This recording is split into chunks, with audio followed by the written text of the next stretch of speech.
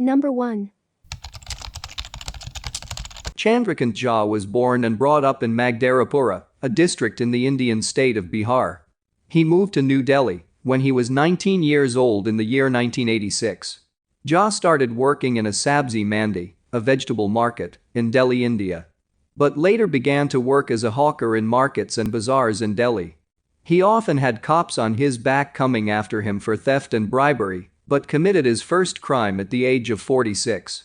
Jha was married twice and had 5 children with his second wife. However, he did not live with them in the house in Alipur, Delhi.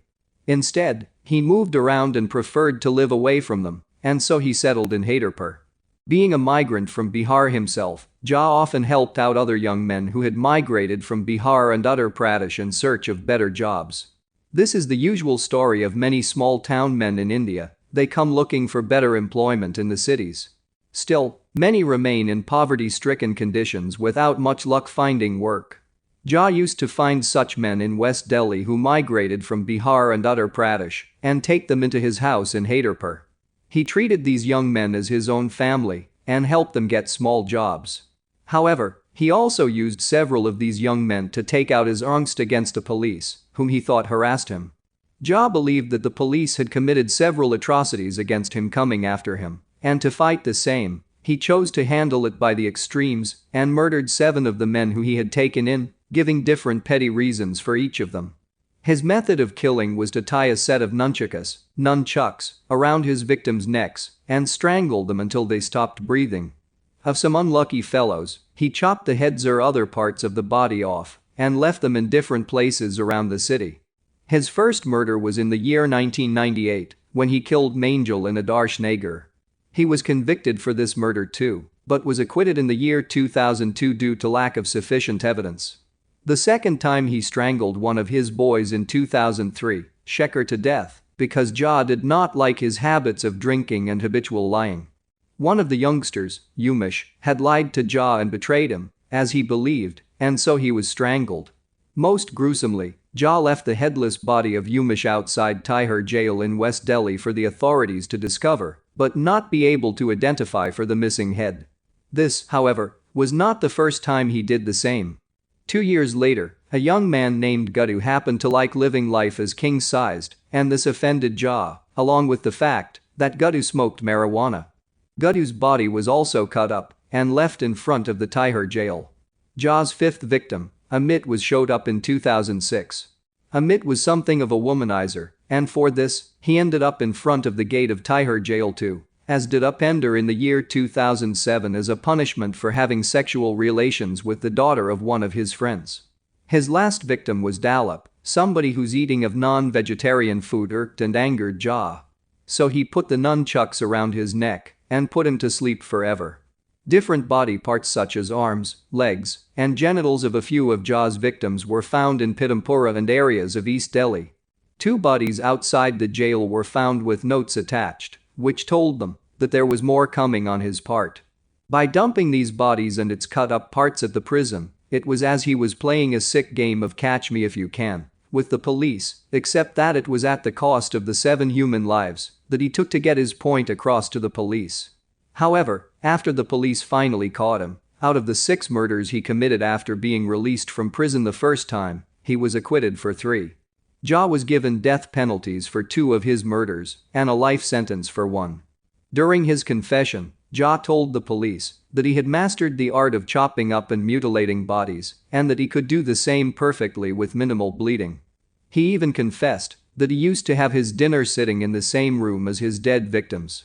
This was how sick Jha was in the head, and even the judge sentencing him saw this. She showed absolutely no leniency in his case, saying that he couldn't be reformed and for this must be given the death penalty. At the end of the day, Jha was given what he deserved, the death sentence for the atrocious crimes that he committed. Number 2. True crime aficionados and fans of the supernatural and bizarre make up 2 distinct demographics. Members of one group may also belong to the other like overlapping circles in a Venn diagram, but it's rare to find a case that straddles the divide. True crime cases are based in fact. The details may be upsetting and shocking, but they are based on evidence both physical and observed. By contrast, paranormal phenomenon and related topics exist on the fringes, drawing credibility from what's unknown and unexplained. But while true crime cases don't often veer into supernatural territory, exceptions do exist. One such exception is the case of Teresita Basa, whose tragic murder made headlines when her ghost allegedly helped authorities arrest her killer. Originally hailing from the Philippines, Teresita Basa lived in Chicago, where she worked as a respiratory therapist at Edgewater Hospital.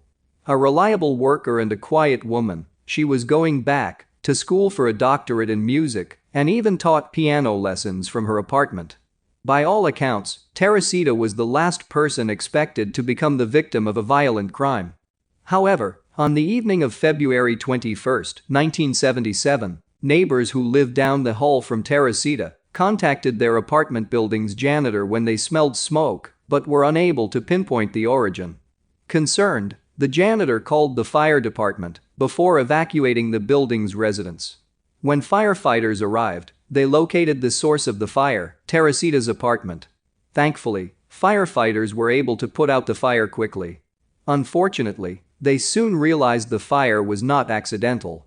In fact, it was used to hide a crime, Teresita's murder. The ensuing investigation revealed further details about the murder and camouflaging arson. Teresita had been stripped naked, and a butcher knife plunged deep into her chest. Clothes were thrown over her corpse before being set ablaze. A mattress had then been placed over her body and subsequently set on fire as well. This left detectives little doubt that the murderer had used multiple fires to destroy any physical evidence they could use to find the killer. Given the fact that Teresita had been found naked, detectives drew the conclusion that she had been the victim of sexual assault. To their surprise, the autopsy revealed otherwise. Left with no apparent motive and most physical evidence having been destroyed by the fire, detectives were at a loss. Their only significant clue was a note Teresita had written, "Get theater tickets for AS." Which raised the question, who was AS? Over the next several weeks, detectives interviewed people who knew Teresita, her neighbors, her co-workers, her friends, and her classmates. Their efforts yielded few leads. No one had any idea who would have wanted to murder someone universally considered kind and polite. Despite many pleas for assistance, police failed to find any leads, and soon the case went cold. Nearly half a year after the murder, Remibia's Remy Chua came forward.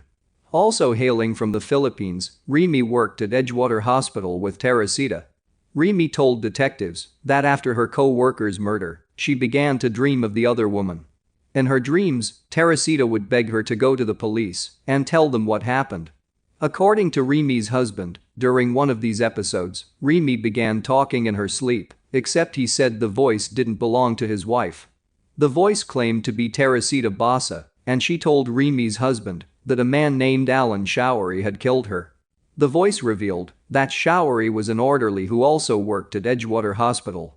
Despite these explosive revelations, Remy remembered nothing of what she'd said after she woke up. In addition, her husband decided not to go to the police. His reluctance is understandable. No one wants to tell police that they learned information about a violent crime from a ghost, especially when there's no evidence corroborating the claims. That's an easy way to make detectives suspicious of your potential involvement in said crime. But no one can say Teresita's ghost wasn't persistent. She possessed a sleeping Remy again and asked Remy's husband why he hadn't done as she'd asked and gone to the police. After telling her that there was no evidence of Showery's involvement, Teresita's ghost told her that Showery had taken some of her jewelry and given it to his girlfriend. Upon hearing this account from Remy and her husband, detectives were rightfully dubious. It sounds unbelievable. Nevertheless, they investigated the claims. After all, Alan Showery did have the initials AS, matching information from their one and only clue. What they found surprised them. Showery lived near Teresita. According to co-workers, he'd planned to go to her apartment to fix her television the evening of her murder. When detectives brought him in for questioning, Showery confirmed he had indeed gone to her apartment that evening but had gone home after he'd realized he didn't have the right tools to complete the repair. Skeptical of Showery's recounting of events, detectives then contacted his girlfriend. They learned she had recently reviewed jewelry from him. Following this lead, The girlfriend allowed Teresita's friends and family to examine the jewelry. They confirmed it had belonged to the deceased woman. Shortly thereafter, Showery confessed to the crime. He said that after he'd left her apartment the first time, he planned to return and rob her. His efforts yielded little reward, though. Teresita kept little cash in her apartment, and as a result, Showery ended up taking the jewelry that eventually led to his capture. Without those pieces and Remy's aid, he would never have been caught. While his plan to mask the robbery as a sexual assault quickly unraveled, the multiple fires had been quite effective in destroying any physical evidence at the scene. Showery was charged and tried for Teresita's murder. Despite confessing his crime to detectives, he pleaded not guilty.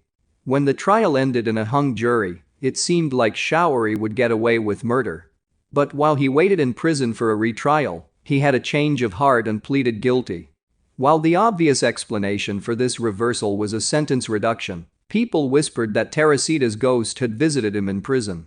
The story of Teresita Basa hit newspapers across the United States as the case where a ghost solved her own murder. To this day, Remy maintains that she was possessed by the other woman's spirit.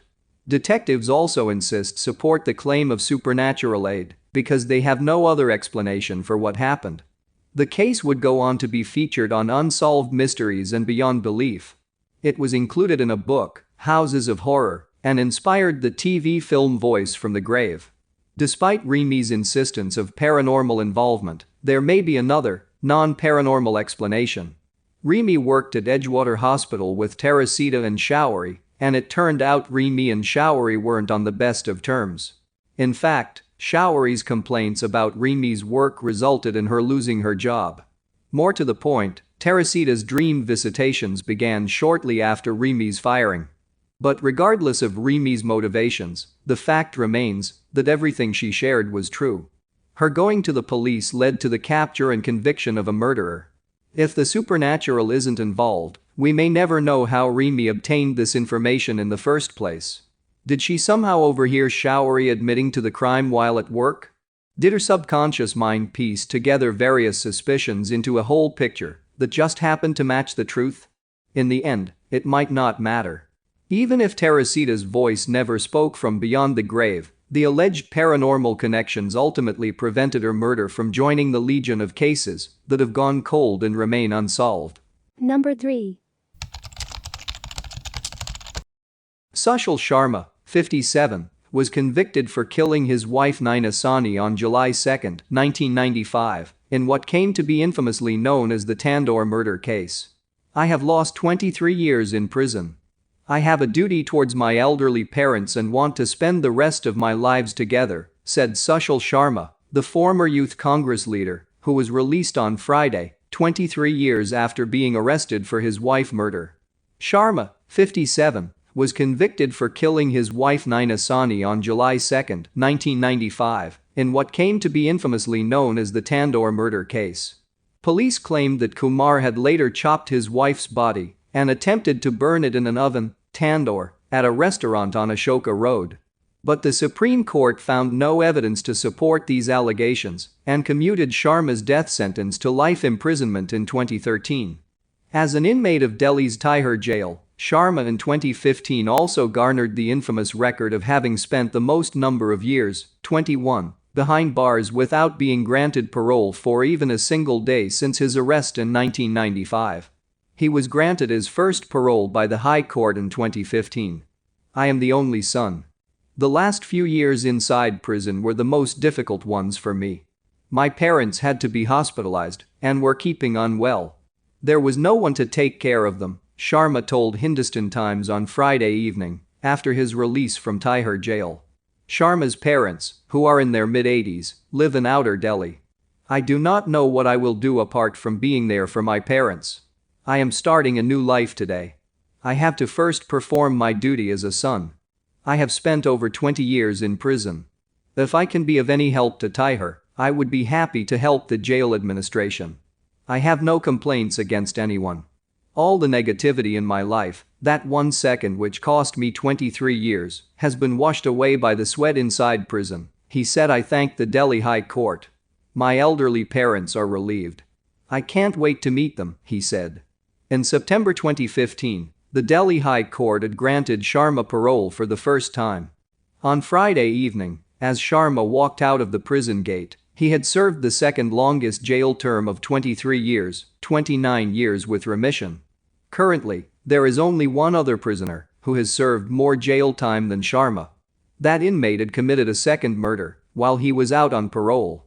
In the last sentence review board meeting held in the jail, and the Social Welfare Department had agreed to Sharma's release, while the Delhi police, government and a city judge had raised objections. Prison officials said Sharma was transferred to the semi-open jail in 2016 because he was eligible and displayed good conduct for over 2 decades. A jail officer, who did not wish to be named, said, for 21 years, until 2015, Sharma did not breathe the air outside Tihar. That is rare for any prisoner here. Until his release, he was managing the prison's public relations office. He interacted with the families who came to visit their jailed relatives. He was made the head of a team of well-disciplined prisoners who were allowed to roam around different jails and help visitors meet their jailed relatives.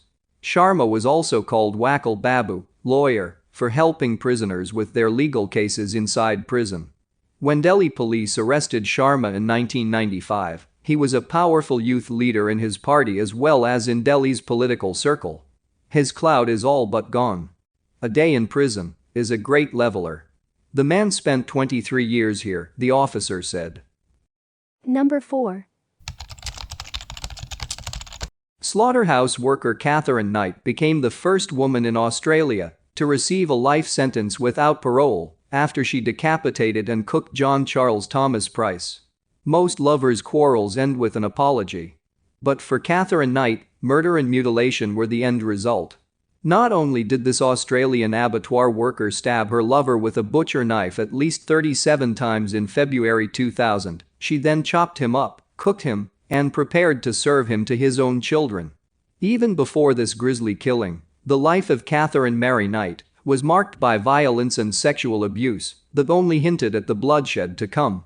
Born on October 24, 1955, in Tenterfield, Australia, Katherine Mary Knight was the product of a scandalous affair between her mother, Barbara Rowan, and her father, Ken Knight. Rowan was not only already a mother of 4 boys with another man, but she even met Knight through her husband. When their secret rendezvous came to light, it rocked their small conservative town. Following this tumultuous start, Knight's chaotic childhood didn't get much better from there. Her father was a violent alcoholic who raped her mother multiple times a day. Knight herself claims that she was sexually assaulted by several family members until the age of 11. In school, Knight was known as a bully who terrorized smaller children. Without ever learning how to read or write, she quit at the age of 15 to work at a clothing factory. A year later, she landed her dream job at a slaughterhouse cutting out the internal organs of animals. Journalist Peter Lalor wrote in Bloodstain, his true crime book that covered Katherine Knight, that she loved her job so much that she hung her first set of butcher's knives over her bed, just in case she ever wanted to use them. And eventually, she did. While working in the butcher shop, Knight met David Kellett, a raging alcoholic much like her father who was prone to fistfights. Used to this kind of violence, Knight surprised her new beau when she joined in on one of his drunken scuffles. He soon realized, however, that Knight was capable of doing more than a little damage with her fists. Before long he found himself being dominated by her. In 1974, she convinced him to marry her. He was heavily intoxicated the entire time, and her mother even warned him about her daughter's temper, saying that Knight had a screw loose somewhere. On their wedding night, Knight and Kellett consummated their marriage 3 times. When he fell asleep, Knight wanted a 4th round and took issue with her new husband's exhaustion, so she started to strangle him. Kellett woke up and managed to fight Knight off. Even though she attempted to kill him only 1 day into their marriage, the union lasted for 10 more years. The marriage was, however, far from perfect. Kellett was often unfaithful and once even left his wife and their 2 daughters in the middle of the night. After discovering one of Kellett's affairs, Knight placed their 2-month-old infant on the local train tracks shortly before a train was due. The train didn't come, and the infant was spared, and also threatened several people with a stolen axe. She was also diagnosed with postnatal depression after witnesses saw her violently pushing and swinging her second child in a stroller down a busy street. She spent a few months in a psychiatric hospital, where she told nurses that she intended to kill a mechanic who had fixed Kellett's car because that made it possible for him to leave her. Despite this threat, Kellett took Knight back when she was released from the hospital. Their reunion didn't last long, and Knight went through a period of deep distress after Kellett finally did leave her. In 1986, shortly after her breakup with Kellett, Katherine Knight jumped into a whirlwind romance with David Saunders, a local miner. Within a few months, Saunders moved in with her and her 2 daughters. However, he kept his apartment, and Knight became incredibly jealous and suspicious about what he did when she wasn't around. Like her previous relationships, this one quickly grew toxic and violent. At one point she slit the throat of his 2-month-old dingo puppy in front of him, just to show him what she was capable of. Still, they stayed together and even had a daughter a year later. However, Saunders left Knight shortly after the birth because she had attempted to kill him with a pair of scissors. She then met a man named John Chillingworth. They stayed together for 3 years and had a child, Eric, Knight's first son. While no violent incidents have been reported about their relationship, it ended after Chillingworth learned that Knight was having an affair with a man named John Charles Thomas Price. The beginning of Katherine Knight and John Price's relationship was without complications. He had 2 older children who lived with him and seemed to like Knight, and he made enough money as a miner to keep her comfortable. They moved in together in 1995 and things were going smoothly. However, when she suggested they marry and he declined, she turned violent. Knight framed Price for stealing things from his company and got him fired. Though he initially kicked her out, a few months later they started seeing each other again. However, this time, he refused to let her move back in. According to their friends and neighbors, Knight's violence then began to escalate. In February of 2000, an argument between John Charles Thomas Price and Katherine Knight culminated with her attempting to stab him in the chest. He took out a restraining order against her in an attempt to keep his children safe. Toward the end of the month, Price let on that he was concerned for his safety and told his co-workers that if he ever went missing, it was because Knight killed him. He was right to be afraid. On February 29, 2000, John Charles Thomas Price came home from work and followed his usual routine of checking in with the neighbors before going to bed at 11 p.m. Knight came home shortly after, made herself dinner, watched TV, showered, and then went upstairs. She woke Price, the 2 had sex, and he went back to bed. Then, Katherine Knight took a butcher knife from next to her bed, where she had always kept them, and stabbed Price 37 times. According to evidence, he woke up during the attack, but could not fight her off. He succumbed to his wounds and Knight dragged his body downstairs, skinned him, and hung his body from a meat hook in the living room. Then, she decapitated him and cut up pieces of his body to cook in a dish with potato, pumpkin, beets, zucchini, cabbage, squash, and gravy. She then made a dish for herself, though the half-discarded contents later found at the crime scene suggest that she couldn't finish her meal. She then lay down next to the headless, mutilated corpse of Price, took a large number of pills, and passed out. Price's co-workers heeded his warning the next morning and called the police after he didn't show up for his shift. The police arrived to find Katherine Knight's gruesome crime scene and immediately detained the comatose Knight. Once she woke up, she claimed to have no memory of the night before. In the kitchen, police found Price's head boiling in a pot of vegetables on the stove. On the table, they found 2 full plates, each labeled with a name. In horror, the police realized that Knight had planned to serve John Price's body parts to his children.